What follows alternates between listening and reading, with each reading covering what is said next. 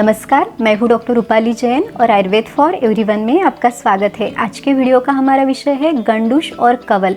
देखिए, आयुर्वेद ने हज़ारों साल पहले हमें गंडूश और कवल के बारे में बताया है, लेकिन लोगों को इसका महत्व आज पता चल रहा है क्योंकि आज विदेशों में भी लोग इसे अपनाने लगे हैं। इसे ऑयल पुलिंग थेरेपी के नाम से जाना जाता है। आज के वीडियो में हम गंडूश और कवल की पूरी जानकारी लेंगे, यानी गंडूश और कवल का मतलब क्या है, इसे करने की विधि क्या है, इसके प्रकार कौन से हैं, इसके लिए कौन कौन से द्रव्यों की आवश्यकता है, इन सब के बारे में आज के वीडियो में देखेंगे। पूरी जानकारी के लिए वीडियो आखिर तक ज़रूर देखिए और अगर आपने हमारे चैनल को सब्सक्राइब नहीं किया है तो सब्सक्राइब भी ज़रूर कीजिए। वाग्भट ऋषि ने अष्टांग हृदय इस ग्रंथ के सूत्र स्थान के 22वें अध्याय में, यानी गंडूशादि विधि अध्याय में, कवल और गंडूश इन दोनों के बारे में बहुत डिटेल में बताया है। उन्होंने इसके प्रकार, इसके फायदे, इसे करने की विधि, इसके द्रव्य, इन सब के बारे में बताया है। लेकिन सबसे पहले हम ये देखते हैं कि गंडूश और कवल इन दोनों शब्दों का क्या अर्थ है।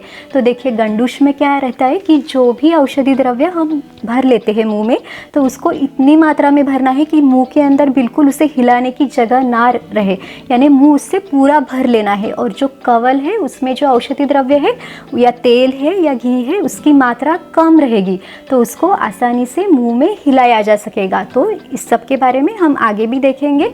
इसके लिए अभी देखते हैं कि कौन कौन से द्रव्य आप इस्तेमाल कर सकते हैं। तो इसके लिए आप सरसों का तेल या तिल का तेल, नारियल का तेल या फिर शुद्ध देसी गाय का घी, शहद का पानी, दूध या थोड़ा सा गुनगुना पानी, इनमें से किसी का भी आप प्रयोग कर सकते हैं। या फिर औषधियों से सिद्ध तेल या घी या काढ़े भी इसमें इस्तेमाल किए जाते हैं। ये जो गंडूश और कवल है, इसका उपयोग स्वस्थ व्यक्ति, यानी जिसको कोई बीमारी नहीं है, वो भी कर सकता है। और जिनको कोई विकार है, खास करके ऊर्ध्व जत्रुगत यानी गर्दन के ऊपर के भाग में अगर कोई भी विकार है, तो उसके लिए भी ये बहुत लाभदायक है। वाग्भट ऋषि ने गंडूश के 4 प्रकार बताए हैं। वो कहते हैं, चतुष्प्रकारो गंडूशः स्निग्ध शमन शोधन रोपनश्च।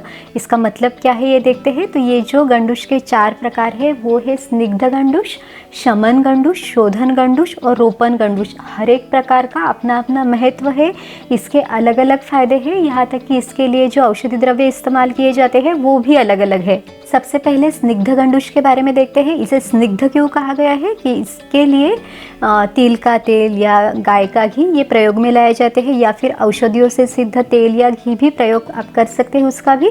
और जो तेल या घी की जो स्निग्धता है वो वात की रुक्षता को कम करता है, इसीलिए सभी वात दोषों में इसका प्रयोग आप कर सकते हैं। यहाँ तक कि जिन औषधियों से तेल या घी सिद्ध किए जाते हैं वो भी वात का शमन करने वाले हैं। लेकिन अब ये कैसे जाने कि आपके शरीर पे वात दोष बढ़ा हुआ है। तो देखिए, हमने पहले भी आपको बताया कि जो ऊर्ध्व जत्रुगत यानी गर्दन के ऊपर के भाग में जितने भी विकार है, उसके लिए गंडूश और कवल बहुत फायदेमंद है। तो जिनका मुंह बहुत सूखता है, मुंह में ऐसे रूखापन लगता है, वो लोग इसे इस्तेमाल कर सकते हैं। या फिर जिनके जीभ में यानी टंग में बहुत ड्राइनेस है, या फिर होठों में ड्राइनेस है, होठों में क्रैक्स पड़ते हैं, या फिर दांत हिल रहे हैं, या दंतहर्ष एक बताया है। दंतहर्ष यानी क्या कि अगर आप कुछ गर्म या ठंडा खाते हैं या कुछ मीठा खाते हैं तो एकदम से दांत में दर्द होता है, तो इसमें भी आप गंडूश का यानी स्निग्ध गंडूश का प्रयोग इसमें कर सकते हैं। या फिर जिनको कंपवात है, यानी बोलते समय या ऐसे भी जीभ हिलती है, तो वो लोग भी इस्तेमाल कर सकते हैं। तो काफ़ी सारी ऐसी अवस्था है। या फिर सिर में दर्द हो रहा है तो वो लोग भी इसका प्रयोग कर सकते हैं। इस तरह जो स्निग्ध गंडूश है, इसके अलग अलग फायदे आचार्य वाग्भट ने हमें बताए हैं। गंडूश का जो दूसरा प्रकार है वो है शमन गंडूश। तो इसका जो प्रयोग है वो खास करके पित्त दोष का शमन करने के लिए किया जाता है।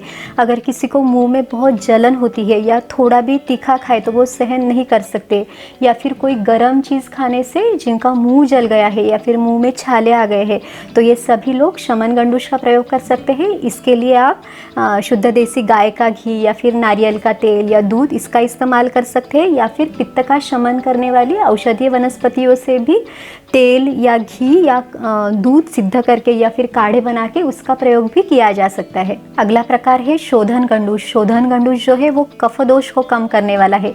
इसके लिए जो भी तेल या फिर काढ़े बनाए जाते हैं, तो जो औषधि द्रव्य इनको बनाने में इस्तेमाल किए जाते हैं वो उष्णवीर्य यानी गर्म स्वभाव के रहते हैं, तो इससे कफ दोष अगर बढ़ा हुआ है तो वो कम होता है।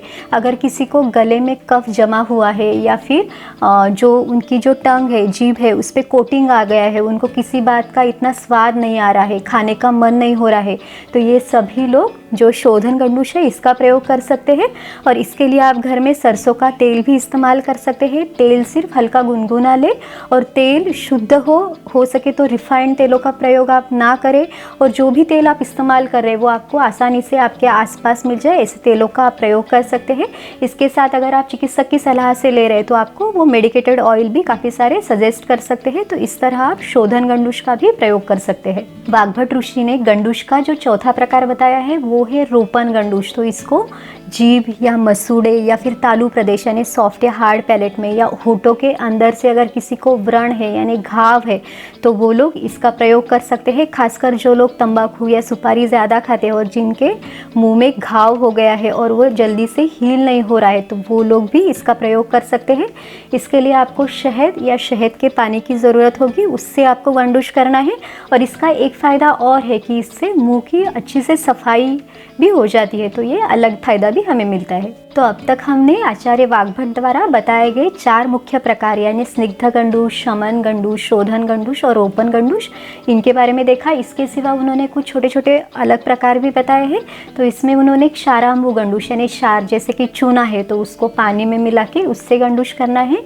इससे क्या फ़ायदा होगा, तो इससे अगर मुँह में आपके कफ जमा हुआ है तो उसको आसानी से निकालने में ये मदद करेगा। उसके साथ ही उन्होंने सुखोष्णोदक गंडूश यानी सिर्फ गर्म पानी से भी आप गंडूश कर सकते हैं, तो इसमें मुंह में हल्कापन आएगा।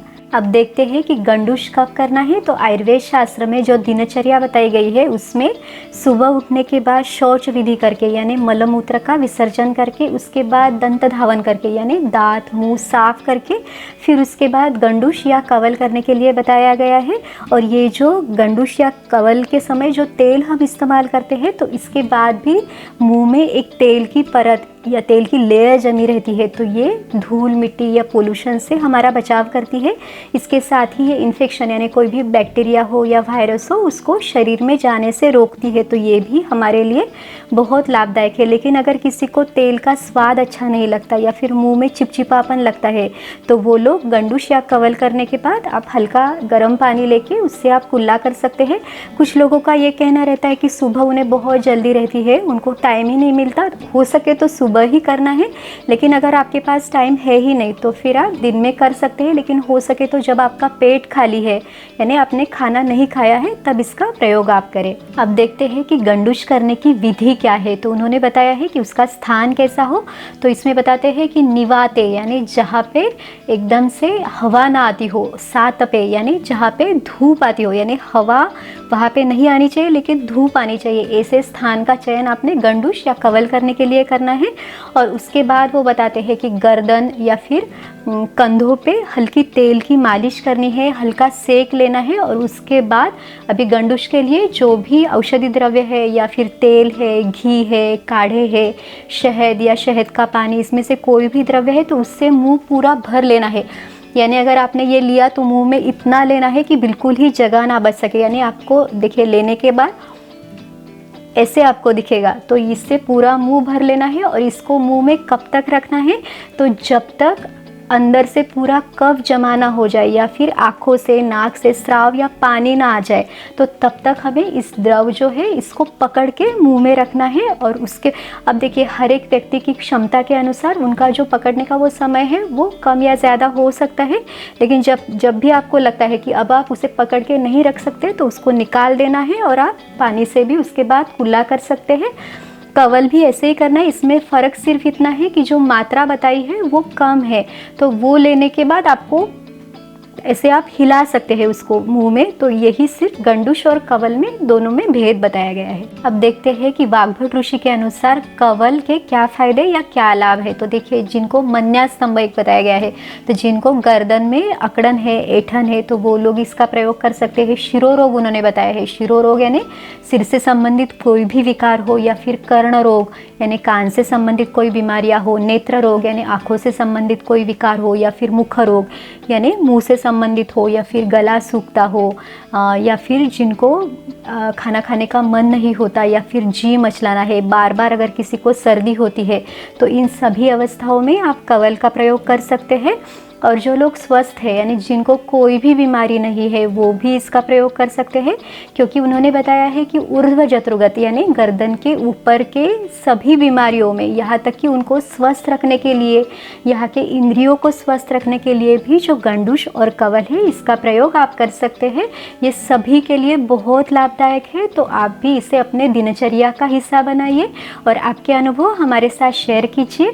अगर आपको ये वीडियो अच्छा लगा तो लाइक, शेयर और सब्सक्राइब कीजिए। फिर मिलेंगे अगले वीडियो में। आयुर्वेद को अपनाइए, स्वस्थ रहिए। नमस्कार।